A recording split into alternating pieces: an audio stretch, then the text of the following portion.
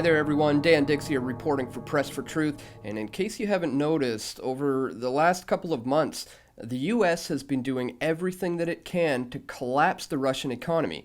And this is including sanctions and probably even placing in spoofs to undermine Putin's authority. Now, one option that the US government has been pushing for is to kick Russia out of the international banking system.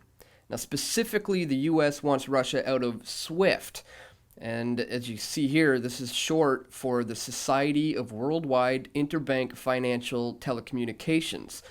Now, SWIFT is like a network protocol for banks. It has over 200 countries and 9,000 financial institutions in the system. So SWIFT lays down the groundwork for banks to communicate with one another and to transfer funds with each other. According to SWIFT, they oversee 15 million transactions per day.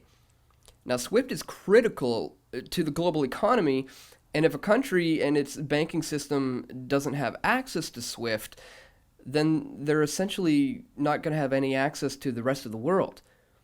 SWIFT is governed by a board of directors. You have the United States, Belgium, France, Germany, the UK, and Switzerland, who each hold 2 seats. And then some countries hold 1 seat or none at all. And what's interesting, and clearly a sign of the times, is that on March 9th of this year, the board voted not only to keep Russia a part of SWIFT, but to actually give them a board seat. Now, this is the complete opposite of what the US is trying to accomplish, but it gets even better.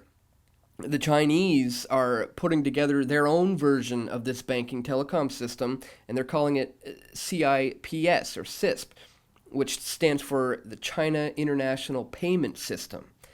Now, it's designed to be a direct competitor to SWIFT and a way for the banks to be able to communicate and transact with each other without being dependent on the United States.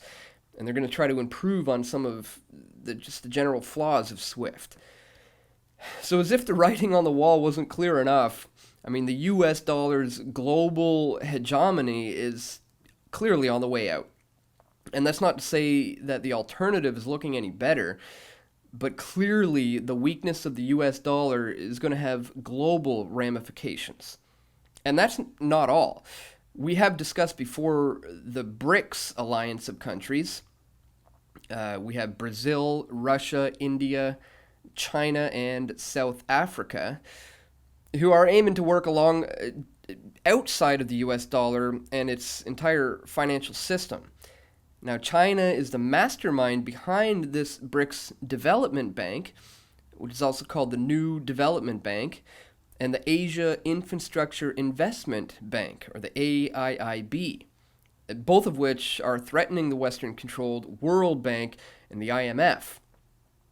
Now, New Zealand was the first Western nation to show any kind of interest in joining the AIIB back in October, and just recently, Britain announced that it has intentions to also join.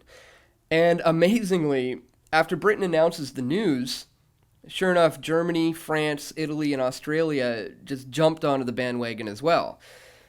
And even in Canada, despite the federal government's anti-Russian, pro-NATO ideology, provincial authorities are taking matters into their own hands.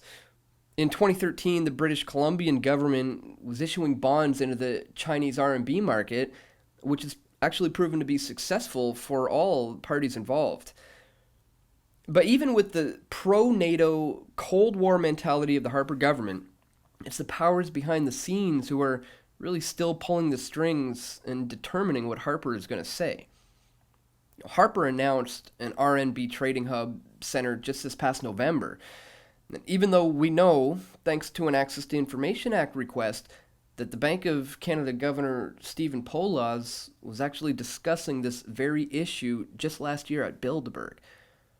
And the fact is, the days of the US dollar hegemony are numbered. And those numbers are really getting smaller by the day. It seems to me it's obvious that the years of just endless wars and spying and debt and bailouts and money printing have just reached their climax. And not to mention the US's international regulations, like FATCA, the Foreign Account Tax Compliance Act, which requires every bank in the world to report to the IRS.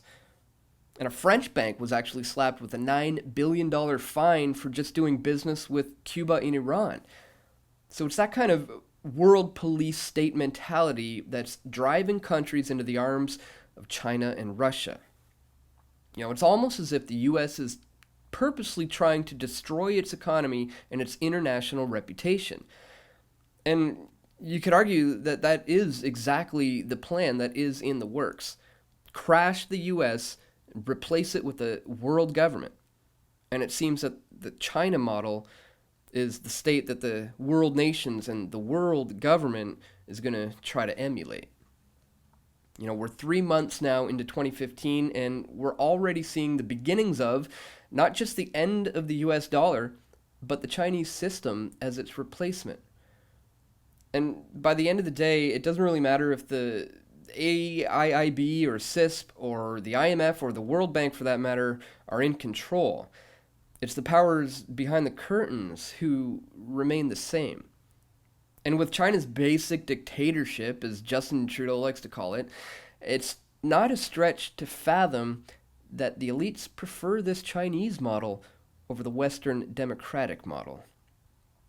So that's all for today, folks. Just wanted to keep you up to date on that. If you haven't subscribed to us yet here on YouTube, be sure to do so. Also, check the links in the description to where you can show your support for the work we're doing here at Press for Truth. And stay tuned, guys. We're going to have a lot more video reports coming very soon to pressfortruth.ca.